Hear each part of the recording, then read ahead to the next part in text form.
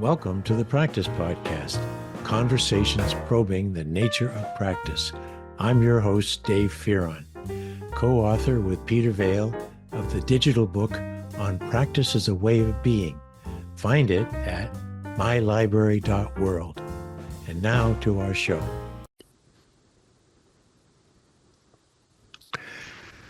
Folks, it's funny because I had been admiring the Facebook post of Krisan Everson as she showed the various racks of wonderfully constructed clothing that they would take out to various weekend, basically the markets that are all around her area in New Hampshire. And probably, Krisan, did you stray out of New Hampshire from time to time?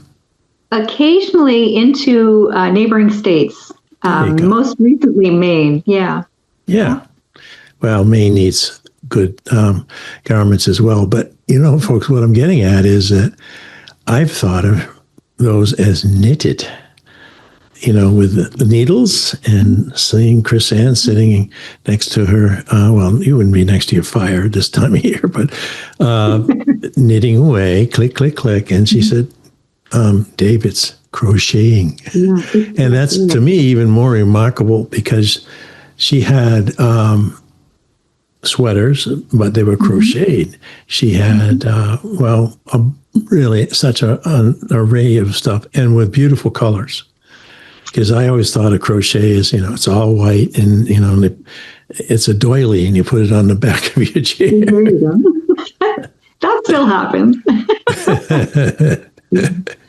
So, folks, I met Krisan when she was starting her sophomore year in college, the same school that my son Dave attended, and I, Colby. And then, like always, people lose track over the years.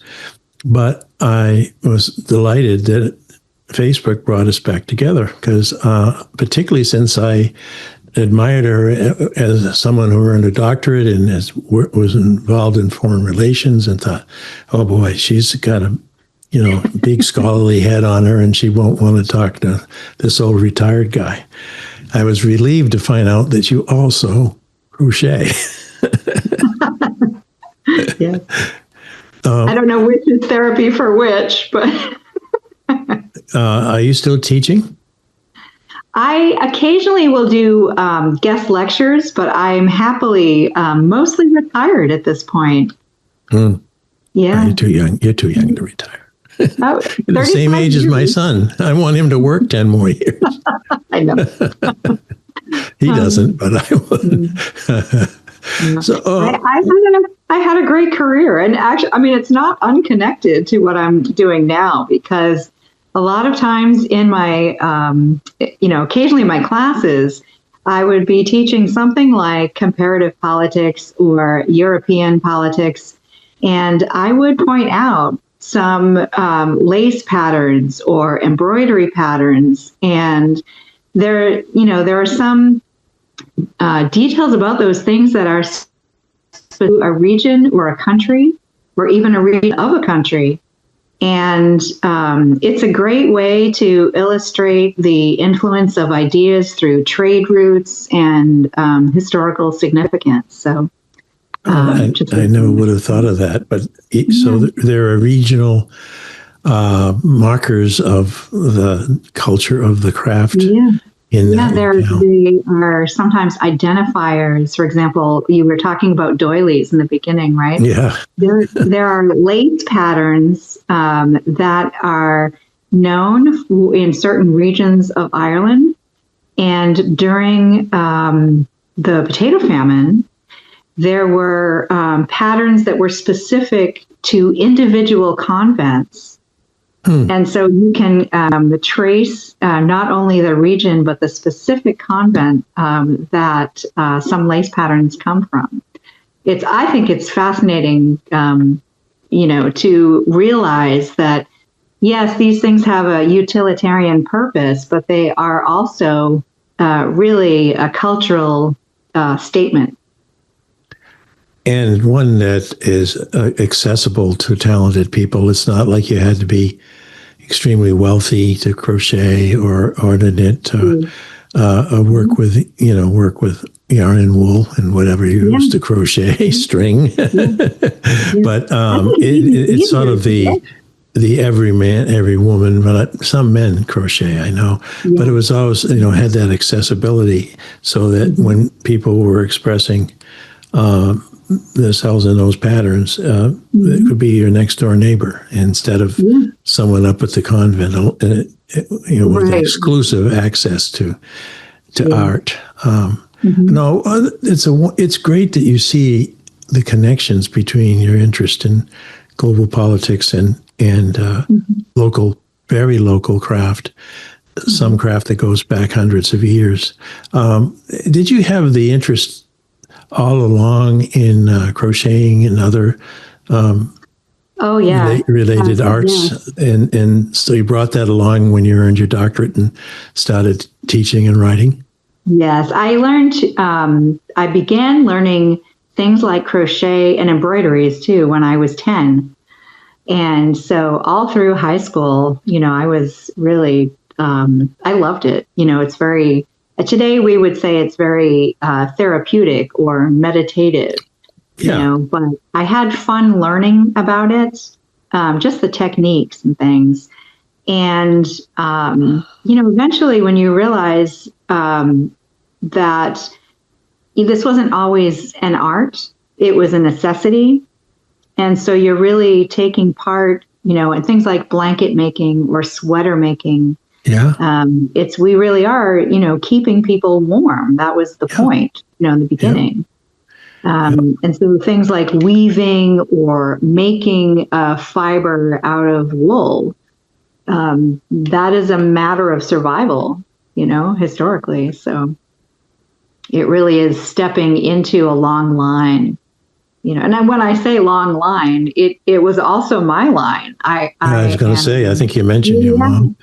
Your family were knitters. All my mother, my grandmothers, their sisters, my father's sisters, both sides of the family, which is Greek, Norwegian, and Swedish. And the Scandinavians have been doing embroidery and needlework since the Bronze Age. And you mentioned men who knit and crochet. Greek fishermen made their own nets. It's such a multifaceted tradition. Wow, that must have been the clicking and the low conversation, low murmuring conversation, and when you had both sides of the family and everyone in one space. Click, click, click, and then, not talking too loud because you want to keep concentrating, yet never missing a trick, as we'd say in Maine. And you sat there among the women when you were 10? I sat in the beginning, I sat with my mother and grandmother as they were showing me how, and that's a really one-on-one experience too. And there really is, looking back, I would not have been able to articulate this at 10. But there's something really special about handing the keys to the next generation, to me, and even to be the receiver, of those things can, really almost a holy enterprise, because it really is, being able to take part in a very traditional, very culturally important part of history, personal history, and cultural history. And you get to wear it or put it on the back of your chair. That's true. Or sleep under it. No, we who were in the northern part of New England growing up, as you were in New Hampshire, we liked to make do. With what was handy and available. And we also got cold in the fall and winter. So there was a lot of that going on in my family life as well. I had an aunt who she had a lot of kids, Aunt Katrina, and I could see her, and this is sewing, that's another aspect of working in the same genre. and she'd be sitting at her sewing machine, and I watched like a dress shirt emerge from that sewing machine. She'd be she'd working on one end, pushing cloth, and out the other end came a shirt, and then she also knitted. And I think she also taught her girls, like you received. I'm not sure they are as devoted to it now, many years later, but I was always in real admiration of seeing how people could work with their hands. These claws that I have on the end of my wrist worked pretty well in the swimming pool, teaching swimming, but that was it. But it was the same thing. Survival, though. Yeah, but it was the same feeling. Yeah, I was very young, 10 or 11, when I knew that I could swim well, but I didn't know that I could teach swimming, which just came to me. I was trusted in this YMCA pool I said, okay, Dave, you take the kids in the shallow end, I'll take the kids in the deep end. And there I was 11 or 12, and I got them to like the water, and I got them to swim, and man, I was hooked. And I went on teaching all the way until I graduated from college because of that same feeling. It was, it tied me to home. It made me feel like I was doing something for the community. Definitely, if you teach a little Portland, Maine kid how to swim, then if they fall off a dock, they might be able to survive. Right. So it had that element to it. But watching them go from being scared of that deep end, like, no, keep that rope there, to see him dive off the diving board and having a great time was that transformation. So I want to take that back to your work. You start with choosing what material you're going to use on a particular garment. Yeah. So tell me about where you're finding those these days. You go to Michael's? Sometimes I do now because Joanne Fabrics, has closed. Oh, yeah, I heard about that. They had such a venerable history. And, I worked for Joanne's actually through my grad school years. Oh, I didn't know that. Oh, yeah, it was a fantastic place to work. And the people were a very special kind of clientele because they really were schooled in the old ways, like your Aunt Katrina, right, who could make a dress shirt out of fabric. There was a fair amount of education of our customers. There was great selection of fabrics and yarns. So yes, these days I am, finding other places to find the yarns that I'm using. And I probably should say too that I mostly specialize in children's sweaters. Yep. So from just born to maybe 8 or 10 maximum. And for some specific reasons, but because I am working with that age group, I use a lot of acrylic yarns. So they are not, they're not wool, some cottons too. So cottons are a natural fabric, but acrylic is not. I like it because it is hard wearing for a child who might, trip on the grass or the mud or whatever. So it is harder wearing that way. For modern moms, it's great because you can put it in the washing machine, so you don't have to dry clean everything. And I always remember when I was a kid, if my sweater was wool, right, be very careful. Don't get it dirty.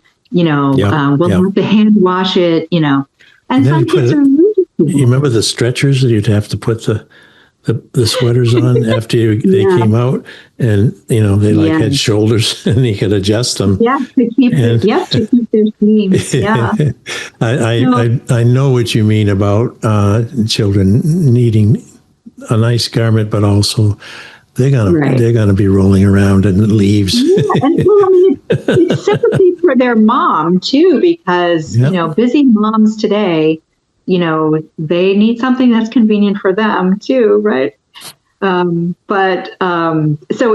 it's great to work with. The market today is different than it was even 20, 30 years ago. Oh yeah, where there's a bigger variety. There's a lot of, it depends on your goal. You know, some yarns will let you see each individual stitch with fine precision.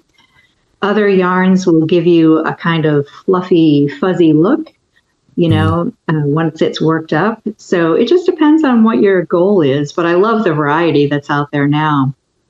And yeah, but you know, there's some balls of yarn there, and after some hours, it's a sweater. Yeah. Now, and it's by your hand. I mean, it's not, you know, and it must feel sort of like a person doing a painting. You know, you have an idea in your head, you have your basic materials, but then when it's done, you sort of step back and you go, that's quite good. This one worked out fine. Do you keep the same pattern and the same look for every sweater to make it easy, or do you like to mix it up? I do mix it up. I don't often work from a pattern, though, because once you have the basic concept of how they come together, you can vary the approach. And that's how you get things like sizing differences or pattern differences. You can use the same pattern. I'm saying pattern, but it's really a concept. But you can approach the sweater the same way, let me put it that way, and use a thicker or thinner yarn so that you can get a different size of a sweater that way. Or you can change out the size of the hook to get a different size.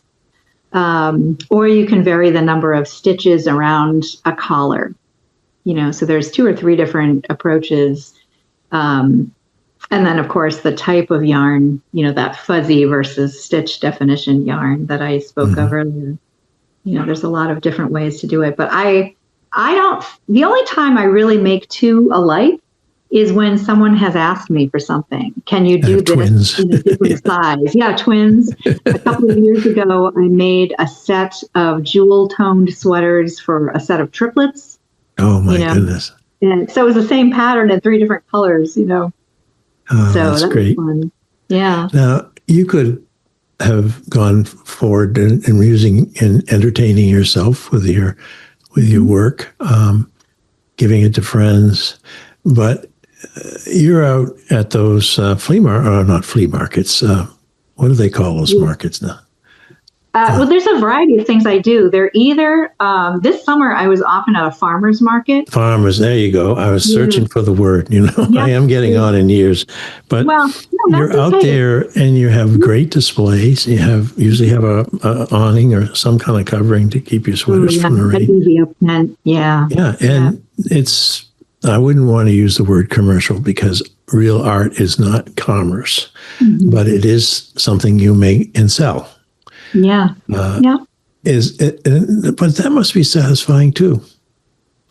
Yeah, it is. I mean, it's kind of a funny story because when I stopped teaching, I wanted to see if I could do it. I wanted something portable because I was at a time in my life when, you know, I was in a life transition. I had stopped teaching. My dad was ill, and also I got married, you know, all in the same, you know, couple of years. So I wanted to see if I could do something that I could carry with me no matter where I was living, you know, that might make a little pocket change here and there, you know, but also got me back out talking to people about the cultural traditions, the international aspects of this, because some of the pattern ideas that I am utilizing are from around the world. So it lets me still teach really international affairs in a really informal environment. And I hear all kinds of stories that people can relate to. You know, their grandmother made them sweaters. You know, they haven't seen this, you know, Portuguese fisherman sweater, you know, since they were little, or they haven't seen, you know, lace work in a while, and their grandmother did lace work. You know, sometimes it's kind of a step into their grandmother's attic, So I'm happy There you to go. provide that too. And The famous sometimes, grandmother's attic, yeah.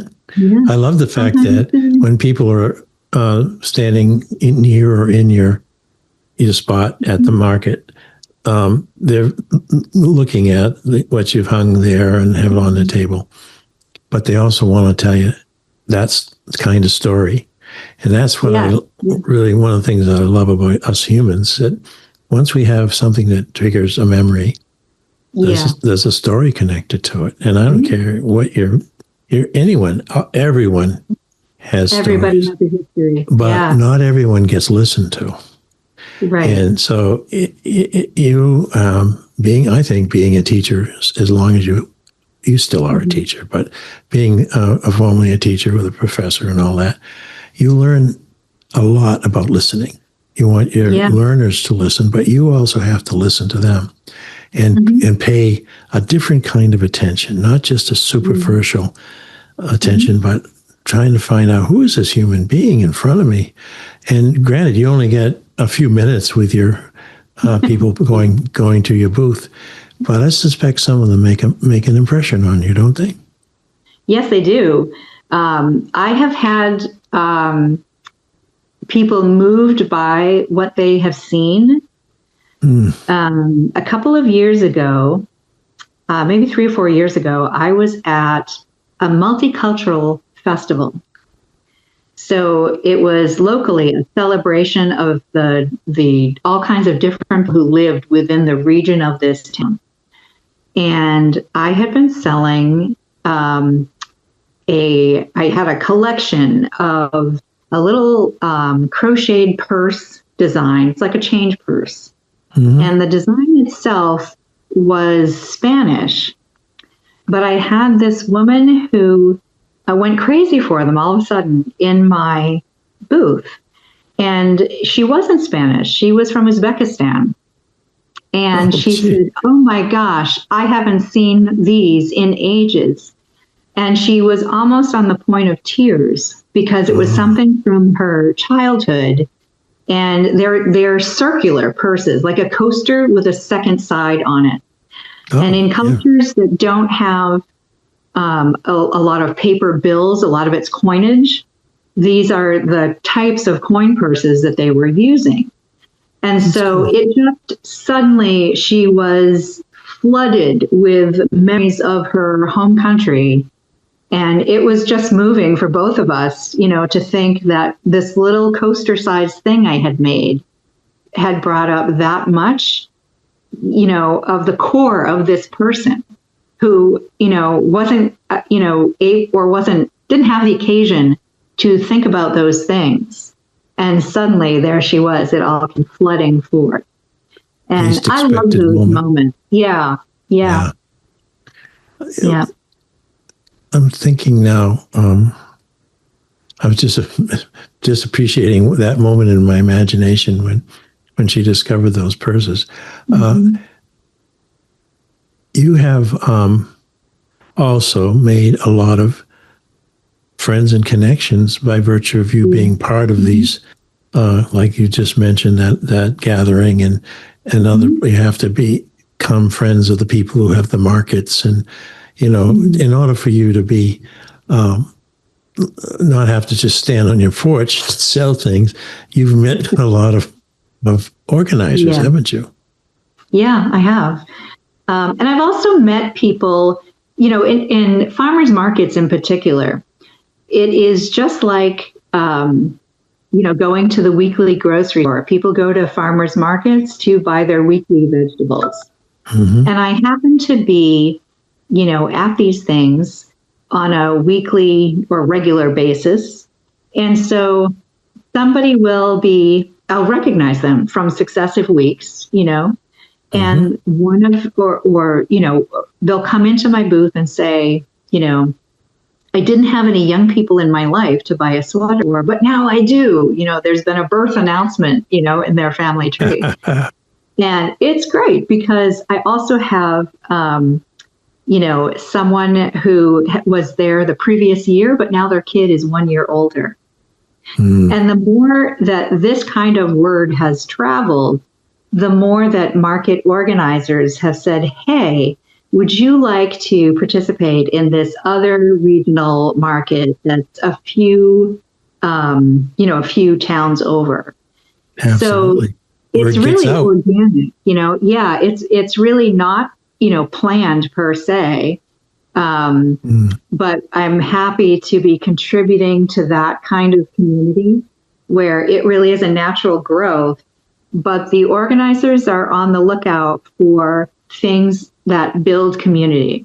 Yeah. Which is itself a local tradition, and a local culture. Yeah, I know the one that near here that my wife used to go to every Sunday morning or Saturday morning,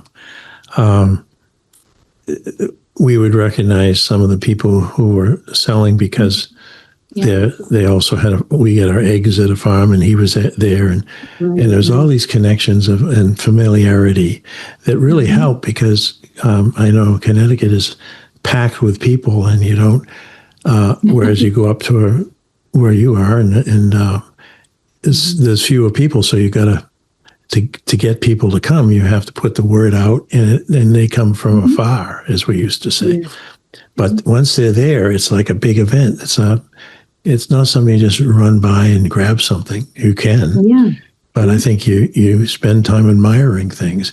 There's a market in Stowe, Vermont, where Laura lives, that we've gone to a couple of times when we visited her, and they have great music going on, like local bands, guitar and a violin, and you get that country feeling. But also there's some pricey objects that some artisans have made, and they want $200 or $300 for, and they get it because this is a big regional market in Stowe. I don't know if you ever been over that way in Vermont. I have. There's another big one annually in December in Essex Junction, which is near Burlington. So that is a huge one too, and there's every variety of thing that you could find there too. What have you learned about people like you who come out and make things carefully and display them, sometimes sell them, sometimes put them back in the truck? What have you learned that seems to keep them wanting to do it? It's certainly not a huge income, to live on. What is it that makes them tick? Well, I don't know what makes them tick, but I do know what makes me keep coming back. I'm enjoying the connection. And because it's children's sweaters for me, I'm enjoying watching kids grow up. Not because they're in my sweaters, but because I see their childhood as well. There are local farmers, who do this because it is the way to keep in touch with their customer base. So I do have that in common with them. But I have been told too that, a lot of artisans have trouble finding their price point, that is comfortable for them, to cover the cost of materials, right? And to make a little extra, but then how much extra without alienating people who love the arts, but maybe can't afford. So, people have told me, oh, you should be charging so much more. Oh, yeah, I've heard that, when I've gone around. We've actually said it to some people when we go into their booth. Because so many hours go into some of those items, hours and hours of real work. Hours go into it. But I think, too, that, my goal here is really to the utilitarian part of it, is to keep kids warm. They're only a size 2T for maybe a minute, before they're into the next shirt size, before you know it, And it's hard to justify, some astronomical, sweater. Because I don't know that if I was a mom with a bunch of kids, would I be spending, that much money on a sweater, that somebody's going to grow out of in 6 months. Well, So, there are hand-me-down traditions. yeah, yeah, I'm sure that yeah. Krisan sweater has passed down Mhm. through at least two other children when Oh, they for arrive sure. at that size. And Yeah, so yeah, it's a that's true. kind of perpetuates your art. Mhm. And those So, parents come back.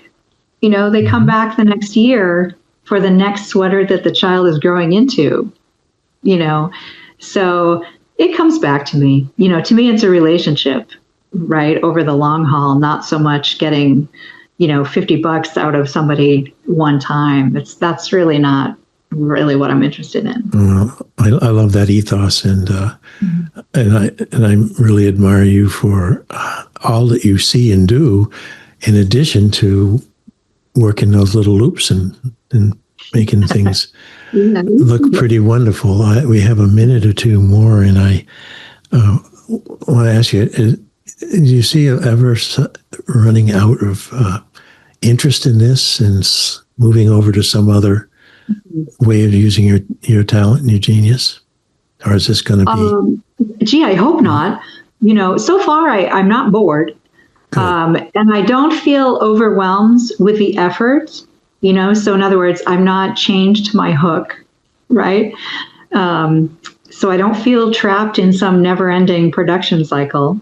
Yeah, I do as many vary people are. what I'm doing, So when I'm not crocheting, I do other types of embroideries and needlework. So I don't feel like I'm locked into any particular direction.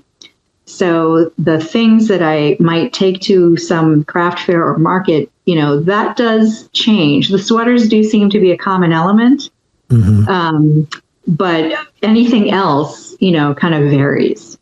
So I guess it's kind of the backbone, and then, some other things that strike my fancy. And you're living in a beautiful part of the country, and we talked before I started recording that you're near Plymouth Yes. State University now, and where you and your husband have taught, and there's a lot going on there. Concerts, and folks who listen to my podcast will hear Emily Lombardo talk about, with great excitement and admiration, her music education at Plymouth State, and she's now sharing that gift with fourth, fifth, and sixth graders in a band. Oh, that's right. Well, the origin of Plymouth State is as a teacher's college. Yes, it That is. the origin, She went there to have a teaching certificate as well, and her point was similar to your sweater story. Since she teaches the same kids for 3 years, basically, she can remember the first one who could barely make a sound in a trumpet. Yeah. By the time they're in the sixth grade, they're playing concerto level. Not all of them, but the ones who really get to enjoy it. And I see the same feeling that you've shared with my listeners about doing something that you love, but also if you can make it help the world in large and small ways, why not? Why not put it all together and have a good life? Which you're certainly having, Krisan. Thank you so much for sharing your story. No, it was lovely to be here with you. Thank you. Thank you for listening to the Practice Podcast, conversations probing the nature of practice. If you'd like to hear more, go to Automatic, Spotify, Apple Podcasts, or YouTube. And please consider purchasing our book on practice as a way of being at mylibrary.world.